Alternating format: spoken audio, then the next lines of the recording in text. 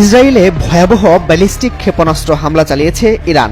ইরানের ক্ষেপণাস্ত্র হামলায় প্রকম্পিত হয়ে উঠেছে ইসরায়েলের রাজধানী তেল আবিব সহ জেরুজালেম এবং দেশটির হাইফা শহর।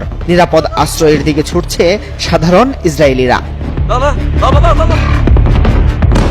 জর্ডানের রাজধানী আম্মামের উপর দিয়ে ছুটে আসা এসব ক্ষেপণাস্ত্রের কিছু ইসরায়েলি বাহিনী প্রতিরোধ করতে পারলেও বেশিরভাগই লক্ষ্যবস্তুতে আঘাত হানছে বলে খবর প্রকাশ করেছে বিভিন্ন আন্তর্জাতিক গণমাধ্যম। হামলার তীব্রতা এত বেশি ছিল যে ইসরায়েল জুড়ে সতর্কতামূলক সাইরেন বাজছে এবং দেশটির নাগরিকরা নিরাপদ আশ্রয়ের সন্ধানে ছুটছেন। ইসরায়েলের রাষ্ট্রীয় টেলিভিশনে সরাসরি সম্প্রচারকালে রিপোর্টারকে মাটিতে শুয়ে পড়তে দেখা গেছে। ইসরায়েলি সংবাদ মাধ্যমের খবরে বলা হয়েছে, ইরান 100র মতো ক্ষেপণাস্ত্র নিক্ষেপ করেছে। ইসরায়েলের প্রতিরক্ষা বাহিনী এক বার্তায় দেশের নাগরিকদের সতর্ক থাকার আহ্বান জানিয়েছে।